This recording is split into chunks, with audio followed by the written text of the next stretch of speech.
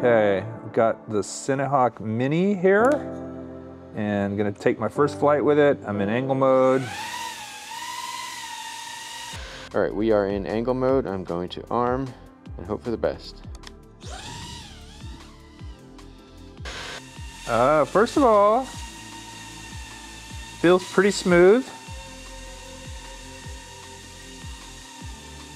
It feels like you don't have to give it too much power to get it off the ground. Got a little bit of juice to get off the ground. It's definitely more powerful than I anticipated. I have to be very, very sensitive on the throttle, but that's a good thing. I mean, flying it in angle mode, honestly, it feels a little bit like the Avata 2, but maybe a little bit, whoa, a little bit zippier. It's not really fair to compare this to the Avata, but I feel more comfortable flying it around objects and people than I would the Avata. Can I flip it to horizon mode? Now, I can flip in horizon mode, right? Yeah. Oh yeah. Yeah, that worked. Yeah, actually, horizon mode indoors feels pretty good. I'm able to control it fairly well. Let's see if I can do these chairs all the way through underneath. Yep, no problem. Oh, spoke too soon. All right, let's try turtle mode. There we go.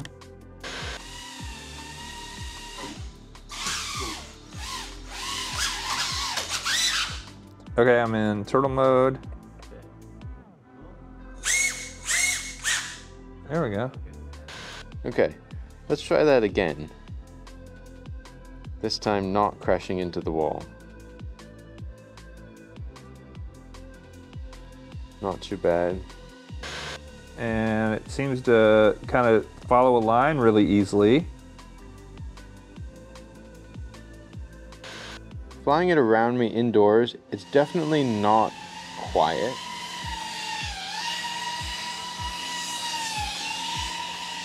I know some ducted quads can be really annoying. I'd say this is kind of in the middle of the scale. It's noisy, but not, it's a kind of low-pitched, whine. So it doesn't seem like it's quite as shrill as like the original Avata. I know this is not a comparison to the Avata 2, but I have been flying that a lot recently, and it's kind of my standard at the moment. No, I dig it. It's very stable. All right, I'll take it into air mode. Oh goodness. Just go around a little bit. Try not to get it going too fast. You dare to do air mode indoors? I'm daring to do air. Dare to do air. Oh, kind of got a little speed going there.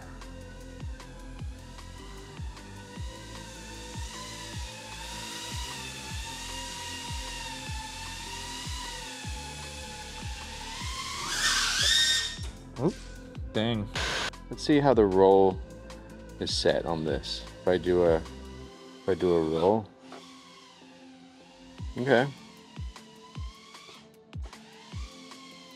A little slower than I would like. The roll rate is slow. The drone itself, I mean, you saw that really get fast. Like, whoa.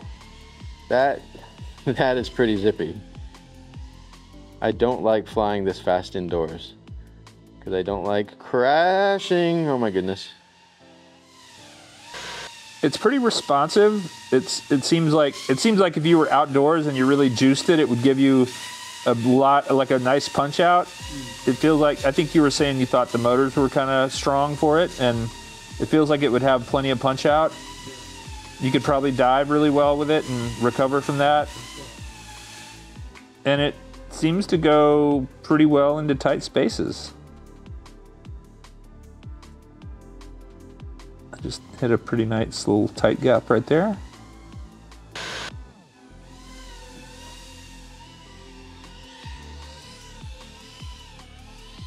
I'm gonna crash slowly, okay? That's my crashing style.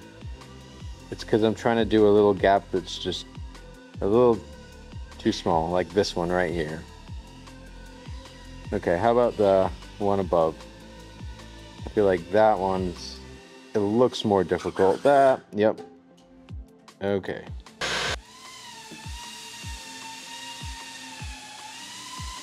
I wonder how it does with the sort of ground effect that we were having issues with.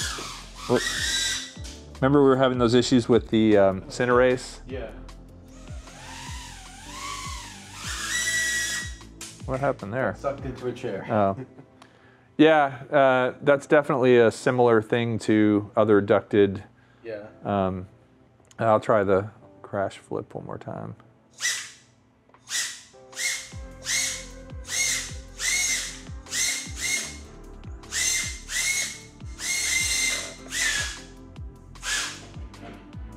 Yeah, you almost have to like rock it back and forth a little bit. Come on, I have to do that gap. I just have to. It's doable, right? Oh, come on. I guess it's more difficult because I get sucked up into the top part. That's my excuse anyway. There we go.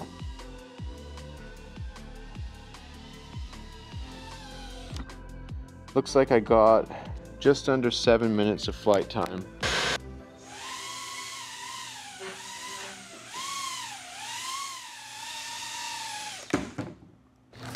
Well, I guess there's only one thing to do after flying it indoors, right?